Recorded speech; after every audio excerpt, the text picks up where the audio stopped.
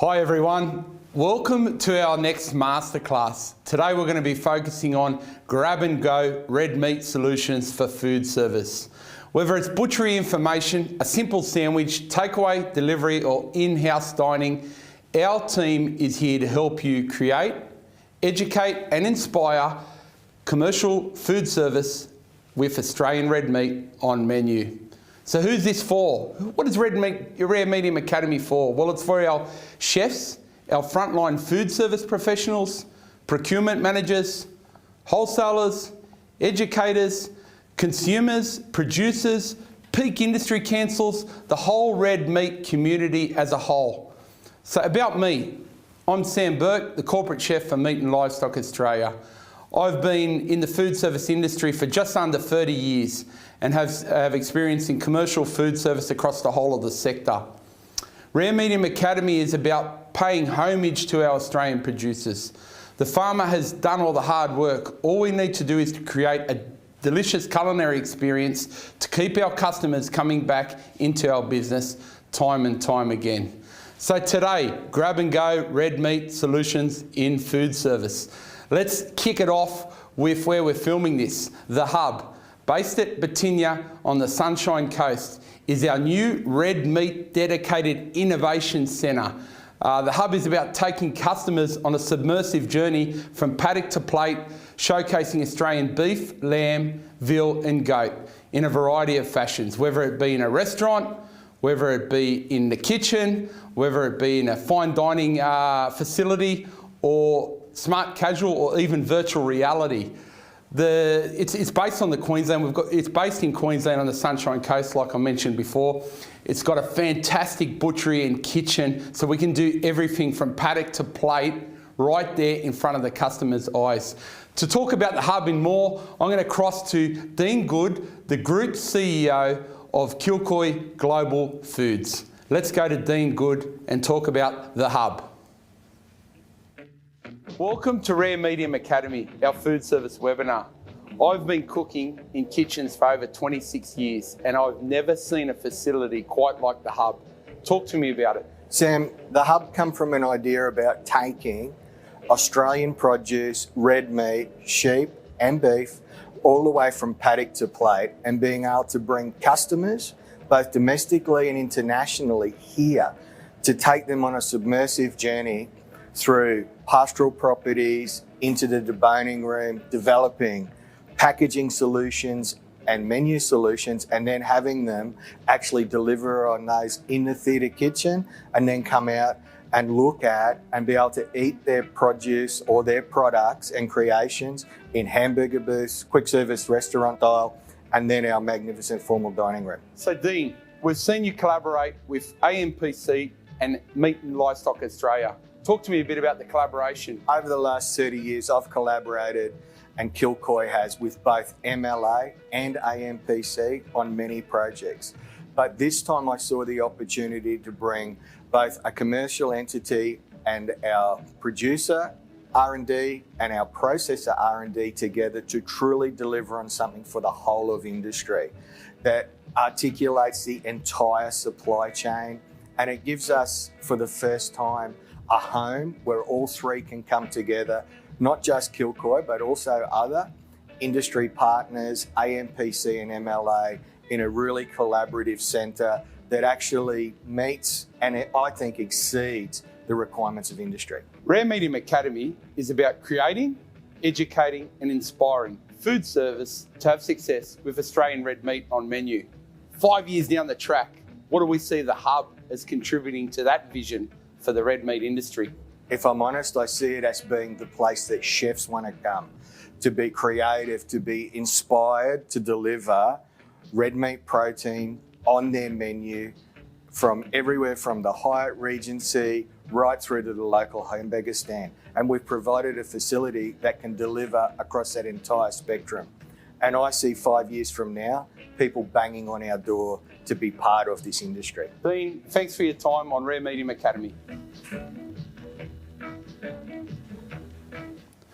So there it is, the Hub, based in Batinia. I like to call it the Willy Wonka of Australian red meat factory. You know, this place is unbelievable. Full butchery, full dining area, QSR, convention centre, virtual reality, you name it, it's got it. If you're interested in receiving more information on the hub, please reach out to myself through MLA at sburke@mla.com.au, and I can tell you a bit more about this facility and how we are working hand in hand with big end users to make use of this fantastic facility for the Australian red meat industry. So back to our sandwiches here today and our breakfast boxes and those grab and go items on menu. Today's session is about paying tribute to the great sandwich. The sandwich has been around in food service since 1762, when the 4th Earl of Sandwich, a man by the name of John Montagu, invented the meal that changed dining forever. You see, he was playing cards at a casino and he didn't want to leave the table to eat, so he asked for a serving of roast beef the greatest, to be placed in between 2 slices of bread so he could eat with his one hand and play cards with the other. And there it is, the sandwich was born. So a bit of a, believe it or not, fact there for you to ponder on. So our next video, let's have a look at the breakfast box. It's time to elevate your breakfast game, chef, food service professionals. We'd like to challenge you to think beyond the bacon and eggs. The brisket is a great alternative. Let's go now to the breakfast brisket box. Hi, Sam Burke, Corporate Chef for Meat and Livestock Australia, and welcome to the Hub, where we are going to do a take on a bacon and egg breakfast meal, but we're going to do it with the Australian beef brisket. What I like about this cut is, firstly, it's more economical to your primal cuts. Secondly, you can cook it low and slow overnight, so your mise en place is done when it comes to compiling it all together for the execution of the dish. And thirdly, it provides wonderful flavour. First up, let's get our brisket on. So you want a nice MSA grade point end brisket. Then we're going to season it liberally with salt and pepper. No need to put any oil because there's enough oil on the cap of the brisket. Then we're going to saute a mirepoix with celery, carrots and onion in a pot, get nice caramelisation, transfer it to a deep tray, put our brisket on top of the vegetables, into the oven, 90 degrees Celsius, 70% steam for 10 hours. 10 hours later, the end result, a moist gelatinous brisket that's kept its yield because you cooked it nice and slow. Now let's get on to the sauce. In a pan, we've got onion, garlic, oregano, chipotle seasoning, barbecue sauce, brown sugar, tomato passata, and a bit of stock. Nice and slowly at a simmer for about 15 minutes. We want to get a nice thick consistency. We're going to glaze the top of our brisket with the barbecue sauce, return it to the oven at 160 for 15 minutes. Then we're going to rest the brisket and carve for our breakfast box. The brisket is ready to go. Now let's get our accompaniments on. We're going to blister our tomatoes, fry our eggs off, bit of cracked pepper over the top, and finish with some Boston beans. Chef, there it is. Whether it's 50, 100, 1,000 packs, here's a breakfast that you can pump out to large numbers and bring a smile to anyone's face. Australian beef, the greatest meat on earth.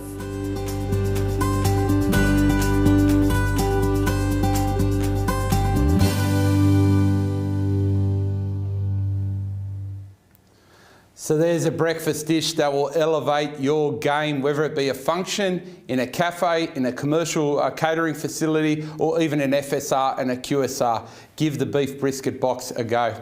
Now for the next one, my favourite go-to food, whether it be a pub. It eventuated, I think, in Australia in the 1960s and 50s and into the 70s and the 80s with the Greek milk bar and the classic steak sandwich. Now you can see it in bistros, pubs, brasseries, restaurants, commercial catering establishments. Who doesn't love a steak sandwich? It's my favourite go-to menu item for lunch. And today I'm going to show you how to make a cracking one that you actually enjoy, that's nice and tender. So when you're biting into that steak sandwich, you're not taking the steak out with it. So let's go to the humble steak sandwich. The steak sandwich. People always ask me, what's the best cut? Today I'm going to show you the cube roll. And what we're going to do is we're going to take individual portions off it to order to make sure you get a consistent, fast cooking steak that eats well. My favourite cut. What I love about it most is the spinalis that runs over the top of it and that beautiful eye that cuts up and cooks delicately on the grill and melts in your mouth when you eat it. We're going to start off with portioning that into a nice thin slice. Let's get this steak on the grill. It's firing and ready to go. Sea salt, cracked black pepper, and just a little bit of oil. You don't need a lot because there's enough in the spinalis. We're going to get a nice caramelization on this steak and we're going to rest it. The time we want to rest the steak is half the amount of cooking time. Those juices will redistribute and give a beautiful eating steak for our sandwich. Now for the assembly, it doesn't have to be difficult. Let's butter the bread and get it on the char grill. Next steps, let's assemble our sandwich. First up, horseradish aioli, then the mesclun, followed by the sliced tomato, then on with our beautiful rested steak, finish off with the caramelised onion, and there you have the classic steak sandwich for your bistro, club or pub.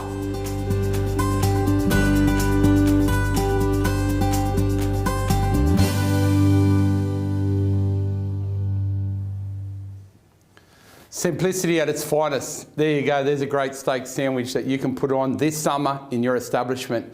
Now the next dish kind of relates personally to me. So when we were at school, we did work experience to, kind of find out what career we were going to take a lead into when we'd finished school. And I remember doing work experience as a chef at the Menzies Hotel in Wynyard in Sydney. And they had a beautiful French brasserie called the Pink Flamingo. And they used to have all these French-inspired sandwiches that people would come in at lunch and celebrate with and just enjoy a classy business lunch. So this is what led me to the thoughts of this next dish. So the next one is a beef short rib with cheese Mornay sauce. You want something special this summer? How about this sandwich? We're in the middle of a sandwich renaissance team. Every time I open up Instagram, the first thing I see is a sandwich. And it's up to you if you want to take it to the next level, because if you do, there's some real good profit returns on this dish. Sandwiches have been viewed, more than anything else. This dish is luxurious, French inspired. Let's go to my brasserie favourite, the short rib sandwich. When you're after that special occasion food truck boutique experience, this is one sandwich that will not be surpassed. It's a slow beef short rib sandwich served on a ciabatta with a cheese Mornay sauce. Today I'm going to show you how to make it. So why short rib? It's got plenty of flavour when you cook it slow and low on the bone. It's got a nice amount of marble and it presents well on the sandwich. Now let's get our short rib on. First up, celery, carrot, onion, garlic, a little bit of oil into a gastronome tray. Now we want to put our short rib bone side down, fat side up.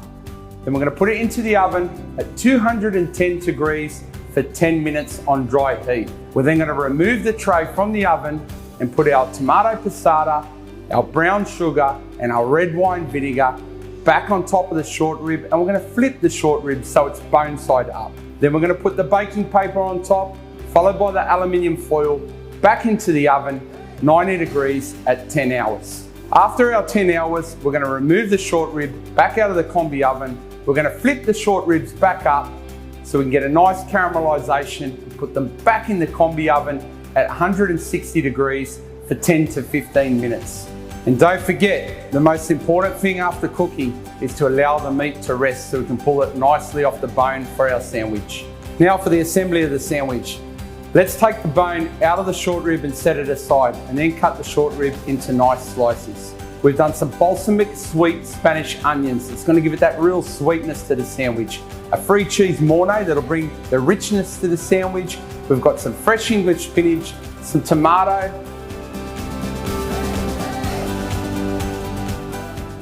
and to finish it off, some rustic potatoes. So there you have it, the perfect food truck experience for your customer to take the beef sandwich to the next level.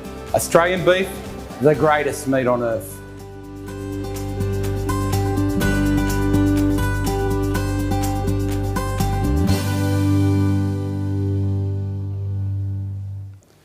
So that sandwich just makes me hungry viewing that video footage again. So give it a go. That's a nice slow braised item there that you can do the prep before and then smash it out for the big numbers during service time. So now, burgers, they're everywhere, whether it be the classic American style burger, the milk bar burger that you've got with the smash patty.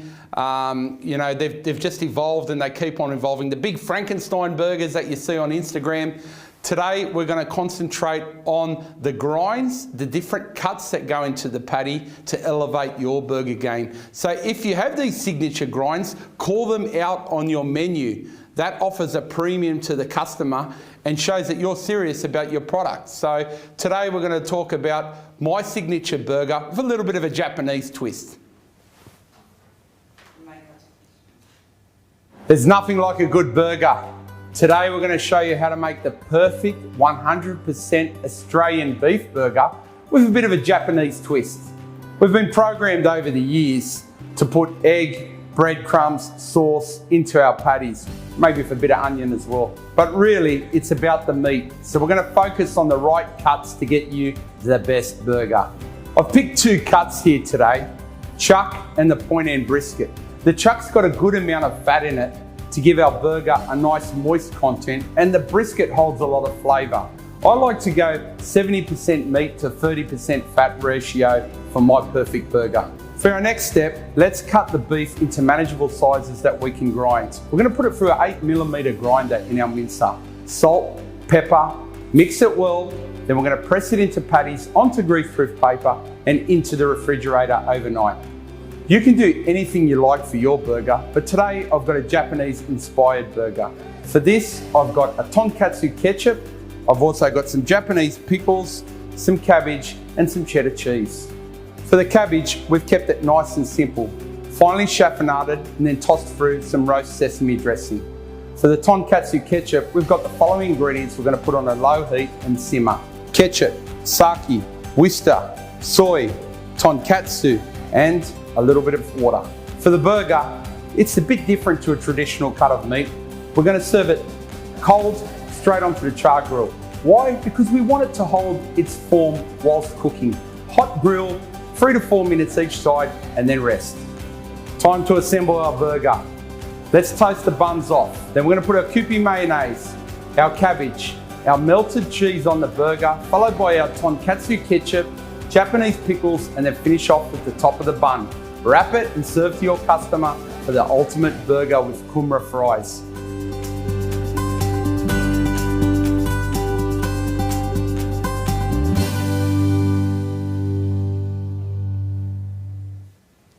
Well, there you go, there's the burger. Now, as part of today's webinar, we've been receiving some questions throughout the live YouTube broadcast feed. So I'll just refer to them now live on set and give some answers.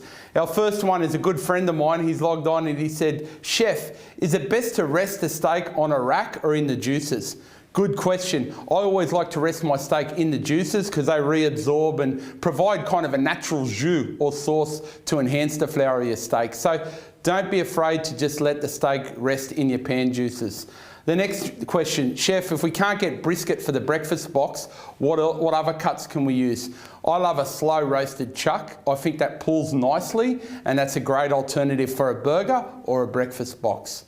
And the final question, different burger grind fillings. Why is it always chuck and brisket? Well, I also like short rib and blade in my burgers, but the most important thing you would have seen that I referred to in the video is that fat to meat ratio, so 70% grind to 30% fat, and that'll give a nice succulent burger for your customers. So let me just refer, we hope you've enjoyed today's sandwich masterclass. Short, sharp, informative, that's what these are about. Now let me just refer back to Rare Medium Academy, our website. So it's here to help you, chef.